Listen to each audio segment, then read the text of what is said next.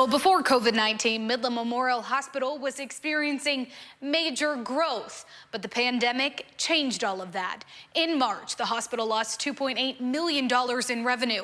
In April, it anticipates losing close to $6 million. In May, with Texas reopening, the hospital's hopeful it can recover.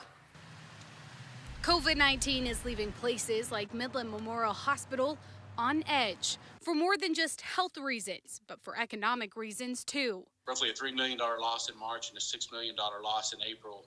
That's $9 million in losses. We've got $5.2 million in relief. It doesn't quite offset the losses we've experienced, and that's just 2 months. Before COVID-19, the hospital was performing around 900 elective and emergency surgeries a month. In March, they performed around 600. The hospital's still working on April numbers, but Bowerman believes they performed around 400 surgeries, nearly 50% less than they normally do. That's weighing on everybody. Everybody has a job here, and the impact of COVID's affecting all of us. Despite Open Texas kicking off this month, the hospital projects May will bring losses too. But I don't expect May to be a normal month for us. I still think there are patients that are going to choose to opt out of services. They're going to want to defer them until later in the year because of fear. They don't want to come to the hospital. The hospital employs around 2,000 people and has not had a layoff or furlough anyone just yet. But now that we've started to go back to work, I think there's some level of hope that we'll never have to even address furloughs or layoffs or anything else.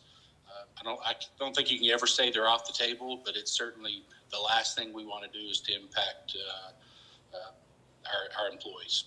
Hospital officials tell me in addition to less elective surgeries, it's also feeling the repercussions from the oil and gas industry right now. With more people in our community, Crystal, who are losing their jobs, that means less people will have health insurance, and some people may even opt out of health care altogether. Crystal.